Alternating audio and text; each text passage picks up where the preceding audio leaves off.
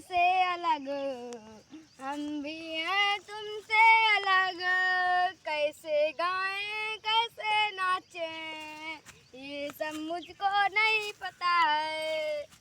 तो का हो कहाँ पड़ीवा ऊपरा बैठा है? यार का करी यार, एक भाई चरावत है यार, एक बढ़िया है। स्कूल पढ़ने नहीं जाते हो बालक? मेरे स्कूल में छुट्टी हो गई है 1-2 महीने की।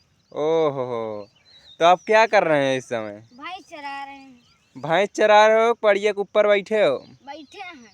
और तुम्हारी पड़िया बड़ी सीधी है। हाँ यार बड़ी सीधी है। हाँ, इसको क्या क्या खिलाते हो घर पर?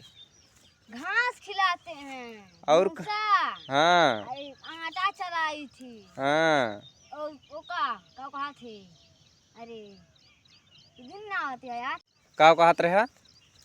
यार 1-2 महीने की छुट्टी हुई गया, पड़ियों का खवाई थी का बताई। हाँ वही बतात रहे ना। हाँ, भूसा खवाई थी। एक बताऊ बे भैया, और हाँ। नवा चीज बताओ। अरे का कहा नया नया आइटम, मटर पनीर और ना खाऊ क्या? तब का मटर पनीर पूरी सब्जी रोटी सब कुछ खात है। हाँ देखता यार माँ पड़ियों भागत या कन का करे। इतनी सीधी पड़िया पाया है यार, कहाँ देखा भागत? बा?